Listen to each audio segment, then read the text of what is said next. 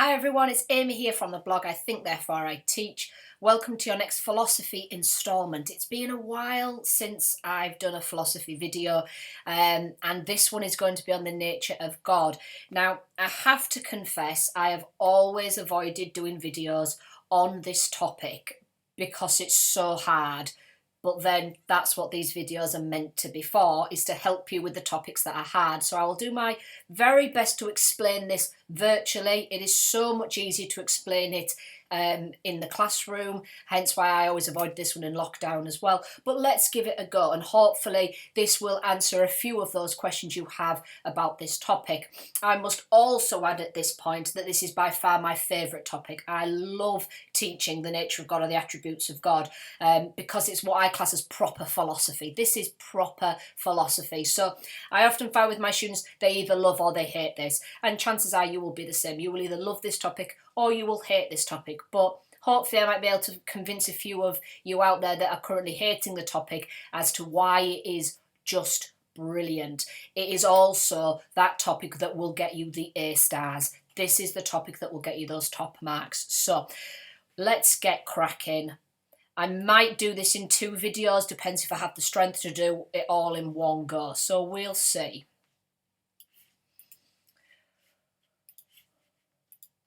The nature or attributes of God.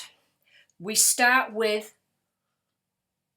the first attribute of eternal. This is the first attribute you might get asked a question on in your exam specifically. So you could specifically get eternal in your exam. There are 2 types of eternal I'm going to talk about: eternal timeless and eternal everlasting. You may use different words than those specifically. Timeless is Boethius, everlasting is Swinburne, but that's the distinction that I make with my students. Eternal as timeless then.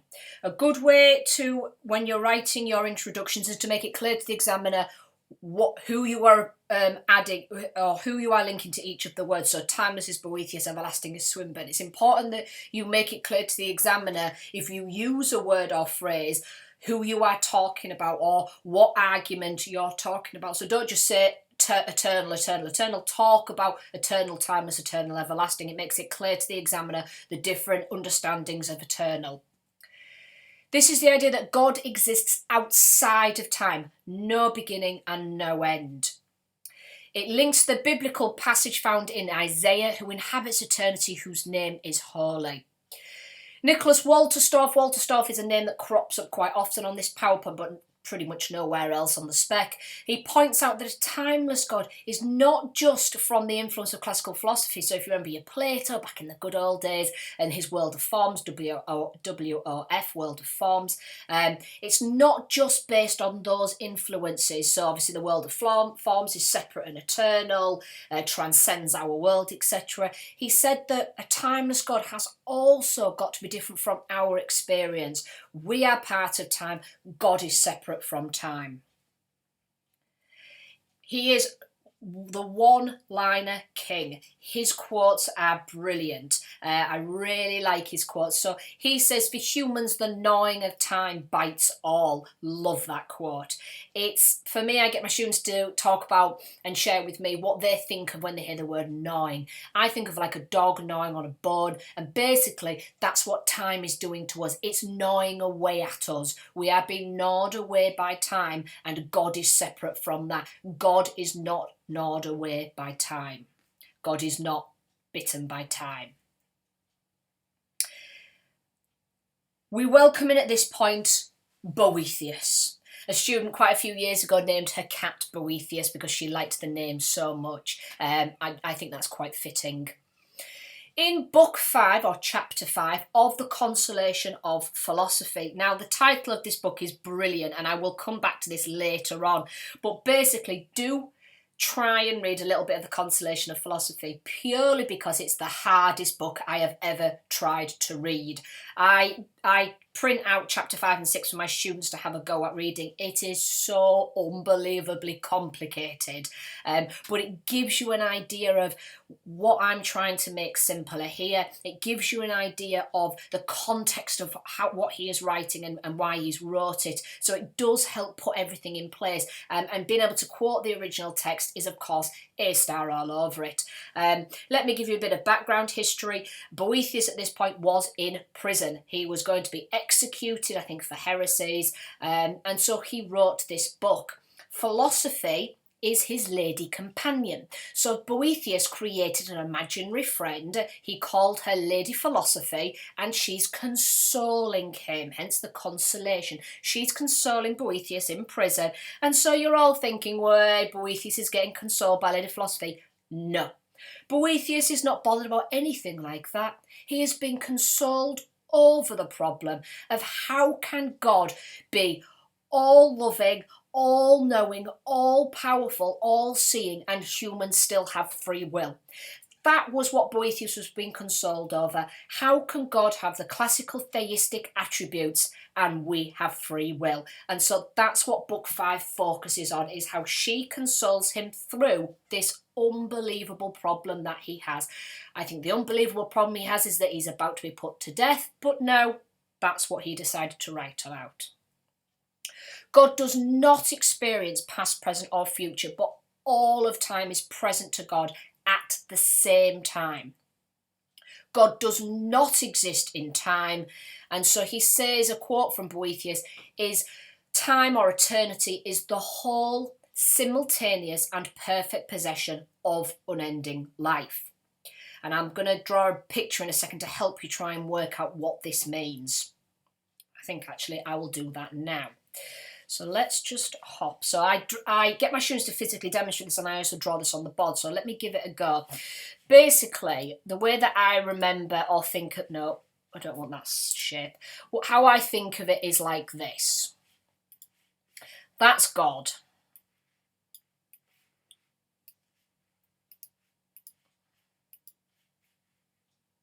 Sorry, I'm not great at using, I'm used to more using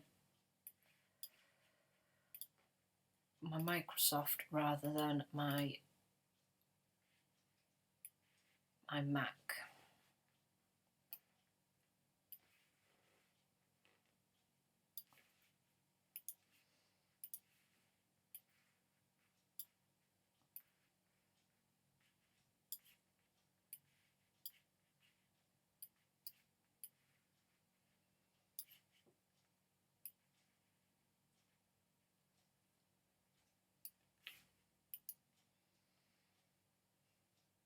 No, I'll leave it like that and I'll just explain it. So apologies that that picture is not epically brilliant, but it will explain what I want it to explain. So God is the circle.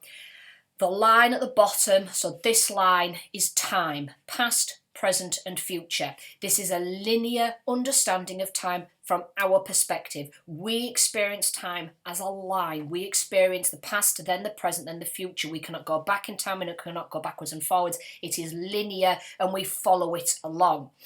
This is the sight of God. So the bits down the side of the sight of God. Basically, God can see all of time in one glance. God can see it as a whole in one go. God does not move his vision down the line. Oh, here's the past, here's the present, here's the future. No, God can see it all in one glance. And so it's the idea that everything happens simultaneously, as in together, simultaneously happens. And so he has knowledge of all of time there. Don't forget, this is for the attribute of eternal. So what that means is we're talking about where God is to us. God is separate. God is transcendent. God is external. There is no interaction between God and us on a linear timeline. So we are gnawed away and bitten away by time, but God sees it all, the past, present and future, in one glance together. And so for eternal timers, what's important to always emphasize is that God is separate and outside of time. He does not interact with time at all.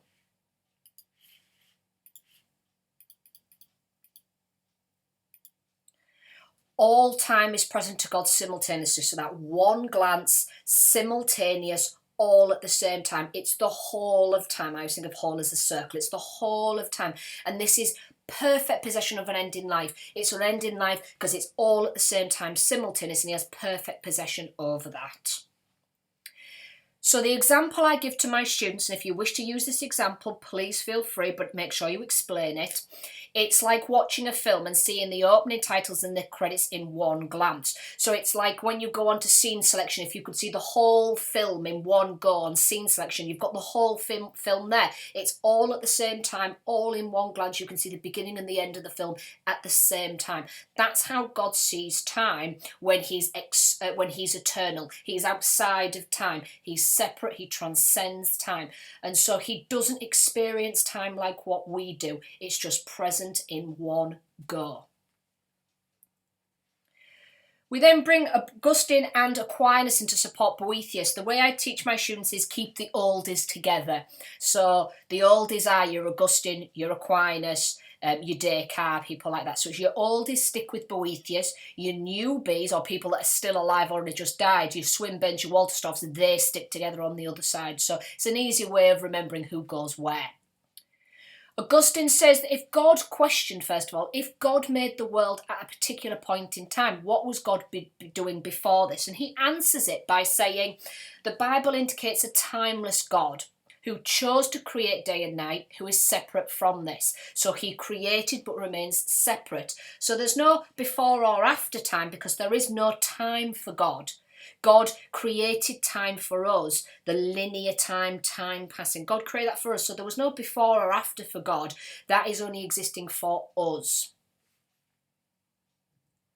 Aquinas also speaks of analogy or analogical language. God is not like us. We have no words to describe how God experiences time or God's time.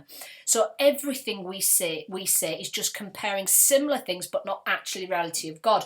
We can never understand or comprehend God's existence because we can only understand things from our own perspective, and our own perspective is of time passing linearly.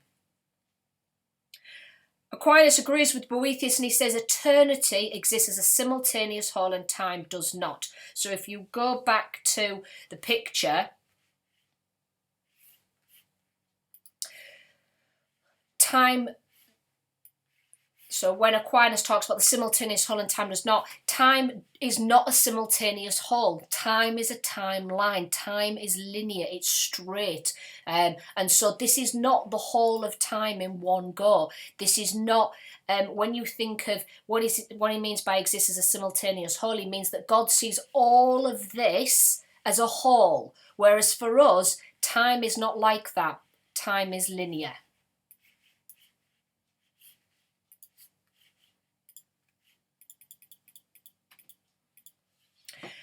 We then bring in Anselm. Now, this topic was not complicated enough, and the examiners thought, right, well, in the new spec changes, let's add Anselm in as well. So here we go with Anselm's four-dimensionalist approach. So this is not supporting or criticising Boethius, it's just a different perspective. You could use him for and against, but you could also get a specific question and answer. So it's really important that you do know and understand Anselm's points. When dealing with Anselm's views, there are two main perspectives on time. Presentism versus four dimensions, the four dimensions being height, width, depth and time. Presentism is exactly as it says on the tin. It's the present moment. Presentism, what is happening presently now. The past has gone, the future isn't known yet, the reality is now. That's actually quite a Buddhist teaching, is that one as well. Anselm, is quite different from this. He does not see time in this way. He does not see time from the presentism angle. He says terms such as yesterday, last week and a year ago are subjective to the person perceiving that moment. So furthermore, I might say that a student is sat next to me, but for somebody else, they're sat opposite them because they're in a different space as well as time. The example I give to my students, and again, you might not see it as fitting or it might confuse you further, but the example I give is most New Year's, I always have this thought, or Christmases, I have this thought of when we celebrate Happy New Year, you know, however we do it, somebody else, somewhere else in the world has already done that. So in Australia, they've already had their Happy New Year. Other places in the world, they haven't yet got to their Happy New Year. So it's still Happy New Year, but it depends where you are in space and time as to whether that is that moment of time for you or not. Or, for example, when we have Christmas Day, for somebody else it's now Boxing Day. That's just so bizarre to me. So bizarre. We're on the same planet, but because we're in a different space, time is also affected by that as well. God is not limited by space and time like we are. Therefore, God can be in the past, present, and future all at the same time. So God isn't affected by where he is in space, and so therefore his time is not limited by that either. So there is no limitation on God. God can be in the past, present, future all at the same time. God is not just in every space and time, but every space and time is in God. God is not contained by them, but in control of them. So again, going back to my fantastic drawings, how I see it is like this, and this is going to be really, I might try this one to draw it out. Oh, I need like a,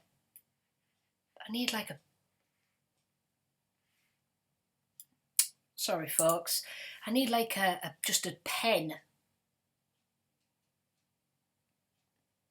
You're all screaming at the computer now, telling me where the pen or something is on this one. Right.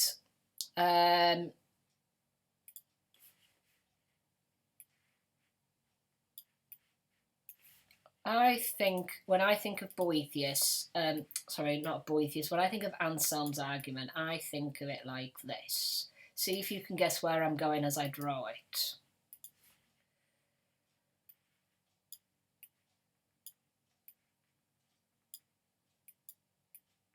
Oh.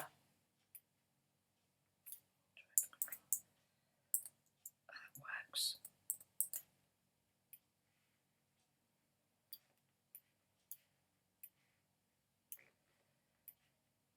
God, I could have been an art teacher. These are just gifted.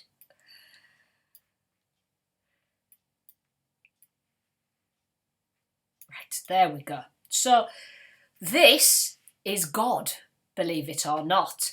And the way I think of when I think of Anselm's argument is, and when he says that, let me just go back to it, when he says that God is not just in every time and space, but every time and space is in God, I think of pregnant God. I think of God, and we are kind of time and space is inside God. So God is not inside time and space, but time and space is inside of God. It's part of God. And so time and space is part of God. So I always think of it like a pregnant belly. You might think of it completely differently, but that in my mind is how I compute and understand what Anselm is trying to say. Now, these diagrams are not obviously brilliant, but it's really important to have a system of trying to remember it in certain ways. And when I was trying to teach myself this topic, so I was able to actually teach it to students, certain things come into my head, so I use those ways to try and explain how I learnt the information. So every time and space is in God, pregnant God. This means that we still have free will, because we have free will to do whatever we want, but consider free choices.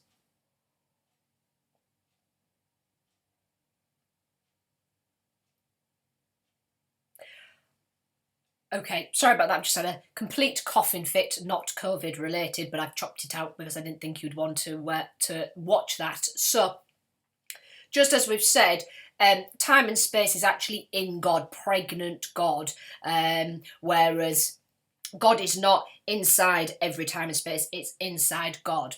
This means we still have free will to do what we want in pregnant belly. God can see the free choices we make in the past and what we'll do in the future. So he's still all seeing, he's still all present. And that's how I think of Anselm's argument. Please don't talk about pregnant God. It makes no sense. It's just the way that I remember these arguments and how I see it separately from what Boethius is saying. Boethius describes God's views of our free actions as though from a lofty peak, whereas Anselm says there is no although about it. It's not you know, it's not a representative of it's like God from a lofty peak. No, he's saying this is literally how God sees past, present and future as part of his timelessness. This is literally how he sees it. Therefore, judgment and consequent reward and punishment are just according to Anselm. Walter Storff again says that God is freed from the bondage of temporality, another great quote. So bondage, again, you think of restraints, handcuffs, etc. And so God is freed from these. Temporality is a posh word for time. So it's the idea that God is freed from the restraints of time. God is not constrained or have in bondage to time like we are. We are in bondage to time. Time will kill us. You know, we are slaves to time, whereas God is not. It is part of God, but it's not, it doesn't contain God. Problems then with a timeless view. Swinburne argues that the notion of time simultaneously present to God is incoherent, saying you can't make much sense of this. So this idea that God is outside of time, sees all time in one glance simultaneously as a whole, he just can't make much sense of it. How can God be personal, acting creation, such as the parting of the Red Sea? So all the biblical stories, Jesus, for example, all of these. If God is outside of time and stays out of time, how can God then do these acts in the Bible? Love involves a two-way process and ability to respond. So why should we love God if God stays out there? If God's removed and separate, love is a two-way process. And how can a timeless God respond to people's prayers? What's the point of praying to God if God isn't going to respond? However, there are defences to this argument. Again, this will layer your evaluation with the problems and then the defence, and then you've got to pick with your critical words which argument you think is more convincing. Paul Helm pops in here and says, God, considered as timeless, cannot have temporal relations with any of his creation. Really great quote is that one. It basically means is that God, considered as timeless, outside of time, separate from time, cannot then have in time or temporal time relations with his creation. If he's there, he can't be here. What's there not to get? Coming at the personal God argument, the language that suggests God acting personally in the Bible reflects the people of the town encountering God. What it's basically saying is the Bible is a representation of the people of the time. It's a representation of how people experience God, not God actually doing these things. And actually that's more fitting to what we know now about the Bible. We know that the Bible wasn't given directly from God. We know that a lot of the stories in the Bible actually have very, very logical explanations. You know, the bread that falls from the sky, actually it's a translation issue, and it wasn't really bread, it was just a plant that they'd found that had bread-like growths on it they could eat. The parting of the Red Sea was probably the way that the tides went around the mountain formations, on the hill formations. We can explain a lot of the stories. Now, they don't lose their meaning, they don't lose their importance, but we know that this is just more of how people experienced the time and experienced God from their perspective rather than God actually doing these things. Theologian Maurice Wiles argues, so coming against the loved one, argues that God does not literally act in the world through miracles or other ways, because this would present a partisan God, a God who helps some and not others. God loves us all through the gift of creation. Now, Maurice Wiles used to be in the topic of miracles. I really liked Maurice Wiles. It was a real shame that we lost Maurice Wiles' argument, because I think it's a really good one. Basically, it's the idea of a partisan God. If God is interacting with our world and helping some and granting miracles to some and not others, why is that child cured of leukemia and my, siblings just died of something else, that they've been knocked over by a car? Why is it that God would then help some people and not help others? This creates a partisan God. God can't grant loads of miracles or grant everybody a miracle, because then once his presence would be known too much and the free will, etc. But it still questions then, if God does grant some miracles, why are they the chosen ones? It creates a God that helps some and not others, which then questions his omnibenevolence. Whereas for Maurice Wiles, he says, no, God doesn't literally do these miracles. God's love is through what he's created for us, the gift of creation. Think of it like teleological argument. No, the beauty of nature is God's gift to us. So God's loving us through what he's gifted us rather than through the acts of miracles. Finally, Aquinas jumps in at this point and says that prayers should not be for requests. You shouldn't pray to God for a response. You should pray to God because you just want to tell God and talk to God. And that can be a one-way process, and that's fine because God still hears your prayers. He just doesn't have to respond. The further issue with Boethius' argument is that Boethius ends up defining a God that is intrinsically different from the God of classical theism. God of classical theism is a term that you should know by now. It's basically the God of the omnis. It's just a quicker way around saying God is omnibenevolent, omniscient, omnipotent, etc. It's just an easy way of saying it. But basically, the Boethian God, the timeless, eternal God that he describes, is very different from the God of classical theism. It's more of a deist God that he talks about. So because it leaves questions about the incarnation and Christ, so Christ being the body and blood of God. How does Christ work if God's not completely transcendent from us? What's the relevance of prayer? And there's no interaction, so it becomes more of a deist God. The opposite of that is a theist God. The theist God, or God of classical theism, is the Christian concept of God, whereas this God that he describes questions the Christian perspective, or as some might argue. The other perspective then on eternal is eternal as everlasting.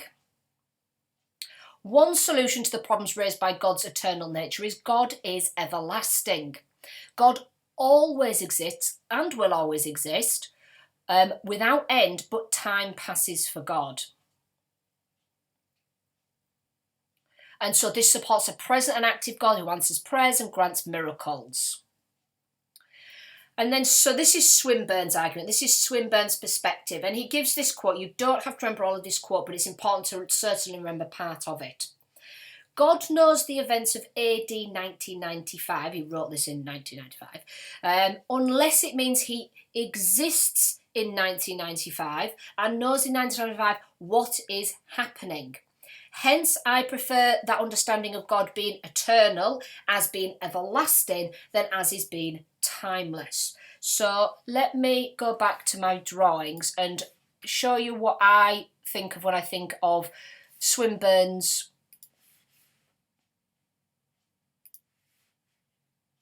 everlasting idea. So that's our timeline again.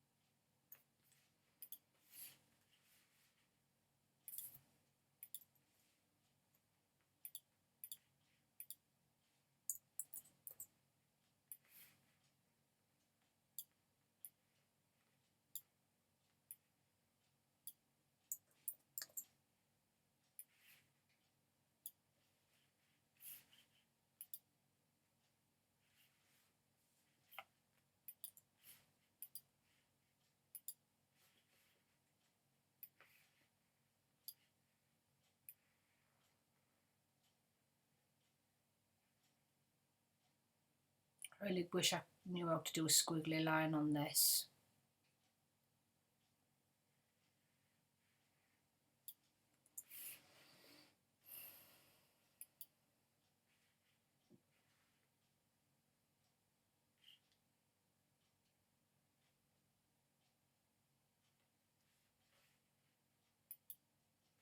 Let's try that one again.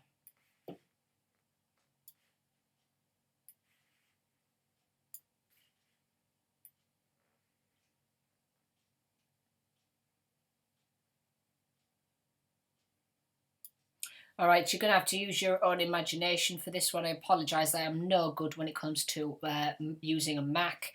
I think of Swinburne's everlasting concept in this way. Basically, this again is your timeline. You've got the past and you've got the present, but the future is unknown. God cannot go into the future.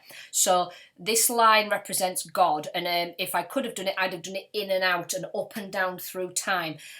You could just do it like that, where God is literally part of time all the time. That's fine. I like to keep it separate, so I remember that God can come in and out if he wanted to. But this representation basically is saying is that, you know, God can only understand, if this is 1995 here, God can only understand 1995 if he is actually in time, if he is present in that time at that point.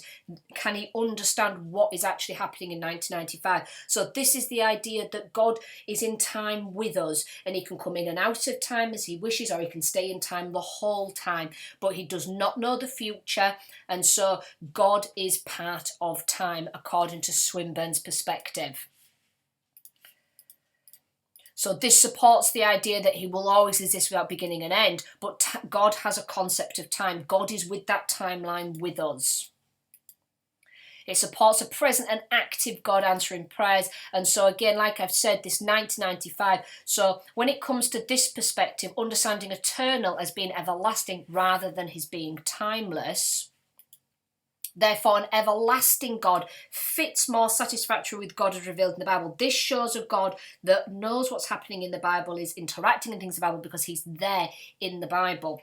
What that second part of Swinburne's argument means, he prefers the understanding of eternal as everlasting rather than timeless, is he prefers the understanding. So obviously all of these are to do with eternal. All of these are eternal representations. He's saying that he prefers understanding of eternal as being everlasting rather than as being timeless. So what he's basically making is that distinction, that his understanding of God as everlasting is more of this idea rather than of a this idea.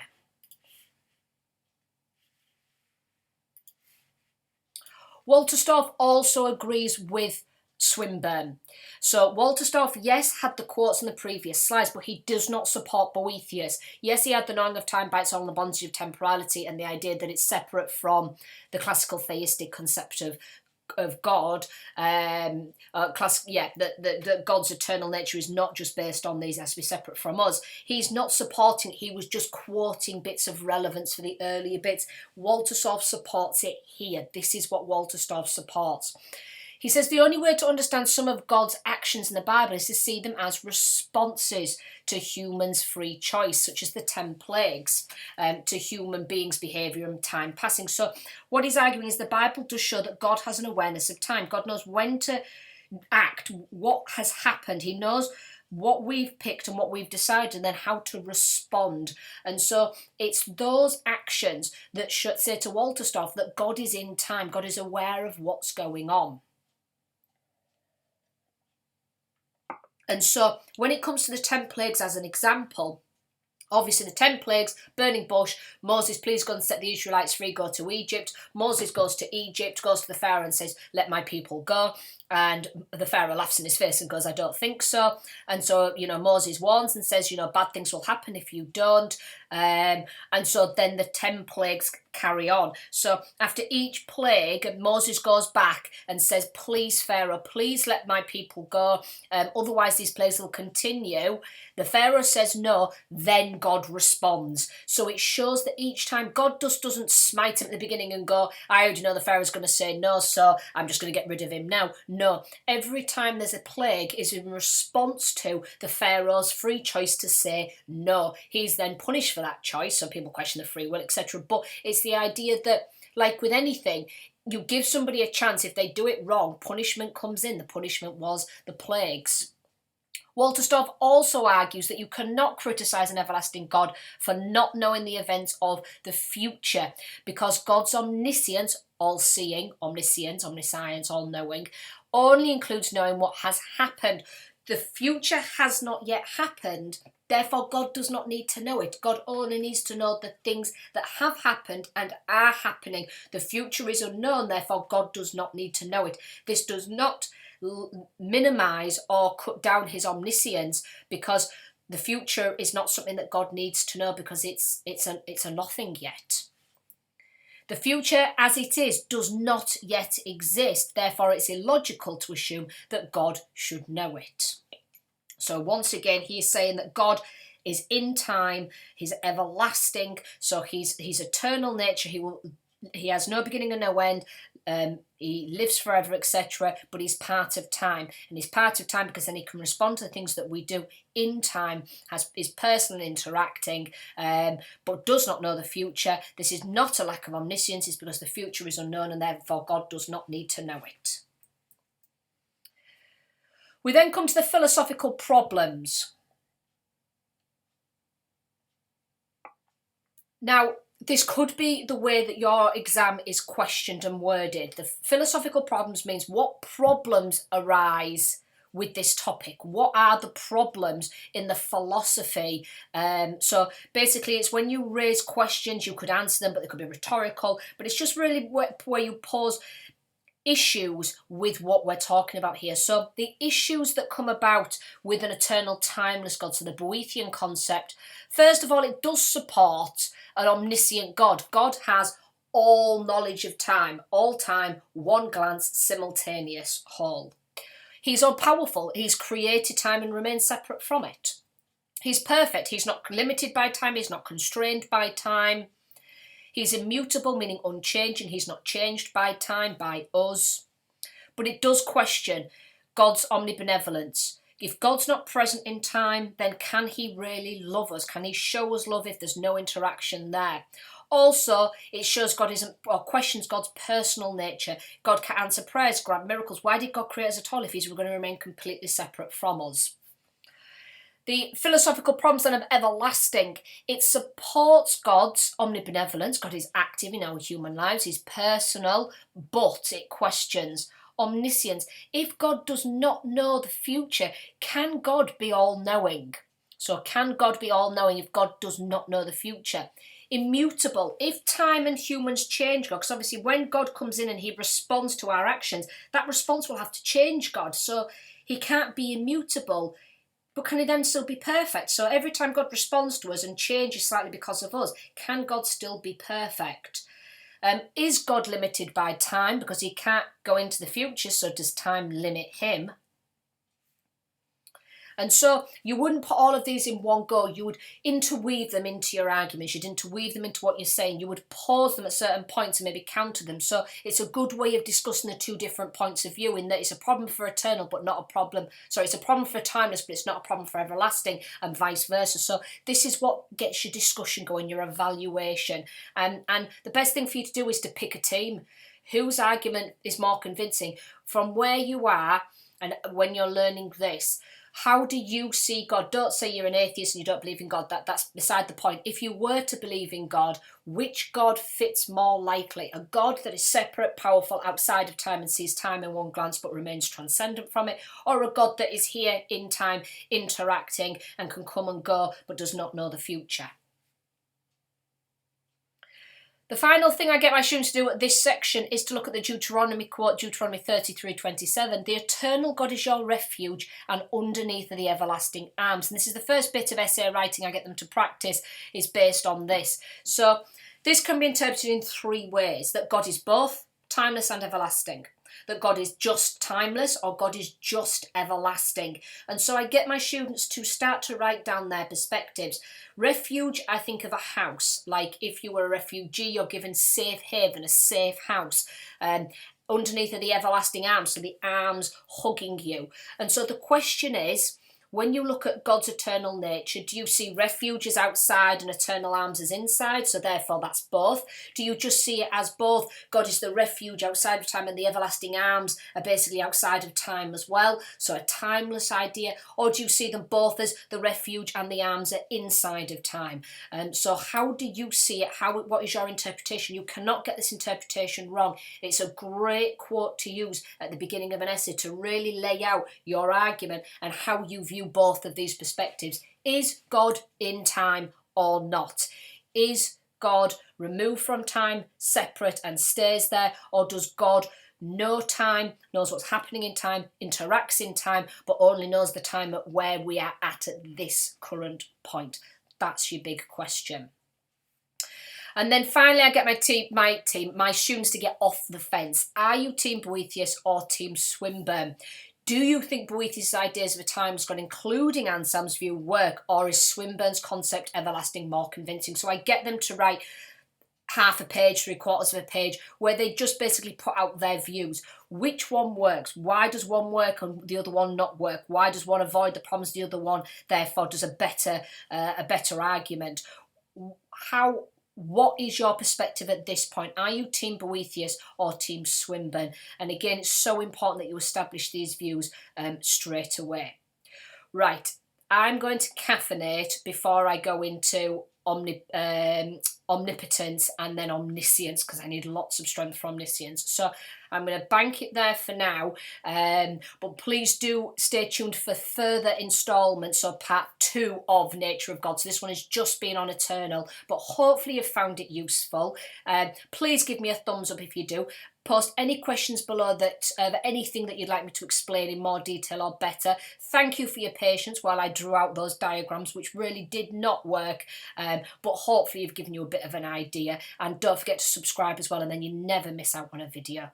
Other than that, thank you very much, everybody. Bye for now.